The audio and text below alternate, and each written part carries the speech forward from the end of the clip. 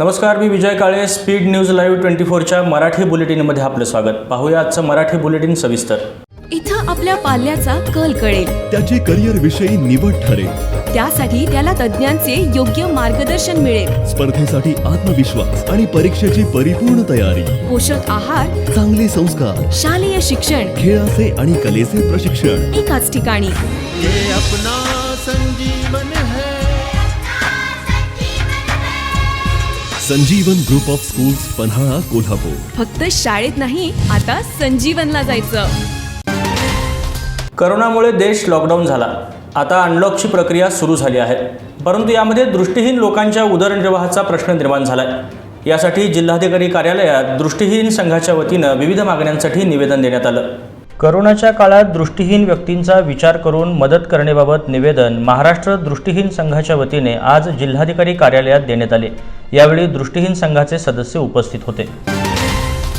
चंदगड तिलारी घाट परिसरातून मद्याची बेकायदेशीर वाहतूक करणारी मोटार राज्य उत्पादन शुल्क विभागाने सापळा रचून पकडली. त्यातील 3 लाखाहून अधिकचा मुद्देमाल जप्त झाला. शिवाय मोटारही जप्त करण्यात आली. या प्रकरणी चालकासह दोघांवर गुन्हा दाखल करण्यात आला आहे. गुन्हा दाखल झालेल्या संशयितांची नावे दिवाकर लाऊ गवस वय 39 राहणार साटेली भेडशी जळकाटवाडी दोडामार्ग व शिवाजी गावडे राहणार पोर्ले असे आहेत. राज्य उत्पादन शुल्क विभागाच्या भरारी पथकाला चंदगड तालुक्यातील तिलारी घाटमार्गे गोवा बनावटीच्या मद्याची वाहतूक केली जाणार असल्याची माहिती मिळाली. त्यानुसार पोलिसांनी मध्यरात्री सापळा रचला. दरम्यान या रस्त्यावरून एक मोटार तिलारी मार्गे येत असल्याचे पथकाच्या निदर्शनास आले. पथकाने हे वाहन थांबवले. त्यानंतर मोटारीची झडती घेतली. त्यात 3,09,000 रुपये किमतीचे मद्याचे 63 बॉक्स पथकाला मिळाले. दुधाळी पॅव्हेलियन येथे नवीन कोविड केअर सेंटर सुरू करण्यात येणार असून या कोविड केअर सेंटरच्या उभारणीच्या कामाची आयुक्त डॉक्टर मल्लीनाथ कलशेट्टी यांनी आज पाहणी केली. 50 बेडचे हे कोविड केअर सेंटर सर्व सुविधायुक्त करण्यावर अधिक भर असून सर्व संबंधितांनी सेंटरच्या उभारणीचे काम अधिक गतीने करावे अशी सूचना आयुक्त मल्लीनाथ कलशेट्टी यांनी दिली. नगरसेवक प्रतापसिंह जाधव यांच्या पुढाकाराने व लोकसहभागातून दुधाळी पॅव्हेलियन येथे नवीन कोविड केअर सेंटर उभारण्यात येत असून हे केंद्र लवकरात लवकर सुरू करण्याच्या दृष्टीने महापालिका प्रशासन आणि नगरसेवक प्रतापसिंह जाधव यांचे प्रयत्न आहेत. या कोविड केअर सेंटरचे कपिल अधिक यांच्यामार्फत मोफत पेंटिंग करून देण्यात येत आहे. ही समाधानाची बाब. करोना प्रसाराचा संभाव्य धोका ओळखून केंद्र सरकारने दूरदृष्टी दाखवत आंतरराष्ट्रीय विमानतळावरच प्रत्येक प्रवाशाची RT-PCR टेस्ट केली असती तर आज 90,000 देशवासियांना आपले प्राण गमावण्याची आणि लॉकडाऊनमुळे झालेल्या वाताहतीची वेळच आली नसती अशी टीका शिरूरचे खासदार डॉक्टर अमोल कोल्हे यांनी आज लोकसभा सभागृहात केली.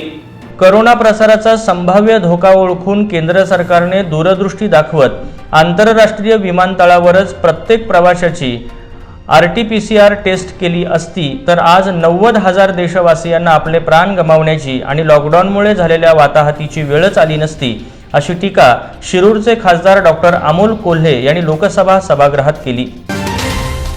करोना विषाणूच्या सुरुवातीच्या गैरसमजामुळे पोल्ट्री व्यावसायिकांना मोठा आर्थिक फटका सहन करावा लागला होता. नंतरच्या काळात करोनाविषयी जनजागृती होऊन चिकनविषयीचा गैरसमज दूर झाल्याने पौष्टिक आहारात अंडी व चिकनच्या वापरात लक्षणीय वाढ झालेली पाहायला मिळत आहे. परिणामी बाजारात अंड्यांचा किरकोळ दर 7 रुपये नग तर चिकनचा दर 220 रुपये किलो इतका झालाय. करोनाच्या पार्श्वभूमीवर सुरुवातीच्या काळात सोशल मीडियावरील अफवांमुळे ग्राहकांनी अंडी व चिकनकडे पाठ फिरवली होती. परिणामी बाजारपेठेतून कोंबड्यांची मागणी थांबली असल्याने जिवंत कोंबडीचा दर 10 ते 20 रुपये किलो इतक्या खाली आला होता. त्यातून कोंबड्यांना लागणाऱ्या खाद्याचाही खर्च निघत नसल्याने पोल्ट्री व्यावसायिकांनी अक्षरशः कोंबड्या फुकट वाटल्याचे चित्र पाहायला मिळत होते. यामुळे पोल्ट्री व्यवसाय संकटात येतोय की काय असे चित्र निर्माण झाले होते. परिणामी ढासळत असलेल्या बाजार दराच्या भीतीने बऱ्याच व्यावसायिकांनी यावेळी पोल्ट्री व्यवसायामध्ये कमी प्रमाणात गुंतवणूक केल्याचे चित्र दिसून येत आहे. कृषी सुधारणा विधेयक कायद्यावरून देशभरात संमिश्र प्रतिक्रिया उमटत आहेत. अनेक शेतकरी नेत्यांनी या कायद्याला जोरदार विरोध केलाय. स्वाभिमानी शेतकरी संघटनेचे नेते राजू शेट्टी यांनीही या कायद्यावरून केंद्र सरकारवर घणाघाती टीका केली आहे. कॉर्पोरेट कंपन्या शेतकऱ्यांना हमीभाव द्यायला बांधील नाहीत, मग यातून आमच्या शेतकऱ्यांना हमीभाव कसा मिळणार याची कुठेही या कायद्यात तरतूद नसल्याची खंत खासदार राजू शेट्टी यांनी व्यक्त केली. सरकार हमीभावाच्या जबाबदारीतून मुक्त होऊ पाहत आहे. देशात कॉन्ट्रॅक्ट शेती असल्यास शेतकऱ्यांचे भले होईल असे आभासी चित्र निर्माण केले जात आहे। देशभरातील शेतकऱ्यांच्या संघटना या विधेयकाचा यासाठीच विरोध करत आहेत। अकाली दलासारखा ग्रामीण भागात वाढलेला पक्षही शेतकरी विरोधी कायदा आहे म्हणून सत्तेतून बाहेर पडत आहे। यावरूनच या कायद्याला ग्रामीण भागातून किती विरोध आहे हे दिसते। कॉर्पोरेट कंपन्या शेतकऱ्यांना हमीभाव द्यायला बांधील नाहीत, मग यातून आपल्या शेतकऱ्यांना हमीभाव कसा मिळणार याची कुठेही या कायद्यात तरतूद नाही। शेतकऱ्यांना यामधून काहीच मिळणार नाही अशी टीका माजी खासदार राजू शेट्टी यांनी केली आहे। सुप्रीम कोर्टाने मराठा आरक्षणाला स्थगिती दिली आहे। त्यानंतर संपूर्ण महाराष्ट्रात सकल मराठा समाजातून नाराजी व्यक्त केली जाते। यासाठी सरकारच्या विरोधात आंदोलने सुरू आहेत। कोल्हापूरमध्ये देखील सकल मराठा समाजाच्या वतीने आज आंदोलन करण्यात आलं। मराठा क्रांती मोर्चाच्या वतीने कोल्हापूरमध्ये आरक्षण स्थगितीच्या विरोधात सरकारचे प्रतिकात्मक श्राद्ध आंदोलन करण्यात आले। यावेळी शालेय मुले आणि महिला उपस्थित होत्या। यावेळी एक मराठा लाख मराठा, आरक्षण आमच्या हक्काचे नाही कुणाच्या बापाचे अशा घोषणा देण्यात आल्या। यावेळी पोलिसांनी आंदोलकांना ताब्यात घेतले। कर्ज मिळवून देतो, नोकरी लावतो असे आमिष दाखवून महिलेचे 2.5 तोळ्याचे सोन्याचे दागिने आणि मोबाईल लंपास करणाऱ्या भामट्यास शाहूपुरी पोलिसांनी काल अटक केली। याबाबत पोलिसांनी दिलेली माहिती अशी, दर्याप्पा कट्टी म्हणी हा मूळचा जतचा आहे। तो सध्या जयसिंगपूरमध्ये राहतो। वधूवर सूचक मंडळात नोकरी लावतो। आमदार फंडातून निधीसह सोनेतारण कर्ज उपलब्ध करून देतो अशा जाहिराती देण्यामुळे त्याला फुलेवाडी येथील एक महिला बळी पडली। त्यांनी त्या महिलेशी संपर्क साधला। त्याने कमी व्याजदराने सोनेतारण कर्ज मिळवून देतो असे आमिष दाखवून पैसे भरावे लागतील असे सांगून त्या बदल्यात त्यांनी त्या महिलेकडून सोन्याचे दागिने आणि मोबाईल काढून घेतला। त्यानंतर त्याने त्या महिलेशी संपर्क तोडला।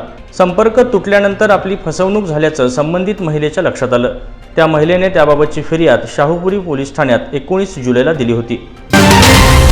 गोकुळ शिरगाव औद्योगिक वसाहतीतील सरोज पॉलिमर्स या कंपनीत काल सायंकाळी 4:30च्या सुमारास शॉर्ट सर्किटने आग लागल्यामुळे फर्नेस ऑइलने पेट घेतला। आगीने भीषण रूप घेत कारखान्यातील शेड, कच्चा माल, CNC व इतर मशिनरी, ॲल्युमिनियम व इतर सामग्री जळून खाक झाली आहे। या आगीत सुमारे 1.5 कोटीपर्यंतचे नुकसान झाल्याचा अंदाज व्यक्त केला जातोय। गोकुळ शिरगाव पोलीस ठाण्यातील हेड कॉन्स्टेबल मुंडे यांना घटनेची माहिती समजताच त्यांचे साथीदार सावंत शिंगटे यांना घेऊन ते घटनास्थळी दाखल झाले। त्यांनी अग्निशमन दलास पाचारण केले। कोल्हापूर महानगरपालिका, कागल नगरपालिका, पंचतारांकित औद्योगिक फायर ब्रिगेड यांनी आग आटोक्यात आणण्याचा प्रयत्न चालू केला। पाण्याच्या साह्याने आग आटोक्यात आणण्यासाठी तब्बल 1.5 तासाहून अधिक वेळ लागला। या आगीत कोणतीही जीवितहानी झाली नाही। त्याबरोबरच शेजारीच असलेल्या कंपनीलाही या आगीची झळ लागली। त्यात त्यांचे गोडाऊन, लागवड, एअर कॉम्प्रेसर, इलेक्ट्रिक साहित्य यांचे नुकसान झाले। या घटनेचा गोकुळ शिरगाव पोलिसांमार्फत अधिक तपास सुरू आहे। या घटनेची माहिती काल रात्री उशिरापर्यंत पोलीस ठाण्यात आली नव्हती। जिल्ह्यात काल रात्री 12 ते आज दुपारी 12 पर्यंत 36 करोनाबाधितांचा मृत्यू झालाय, तर 629 रुग्ण करोनामुक्त झालेत। 560 नवे करोनाबाधित सापडले असून ग्रामीण भागात नवे करोनाबाधित सापडण्याचं प्रमाण कमी झाल्याचं चित्र दिसतंय।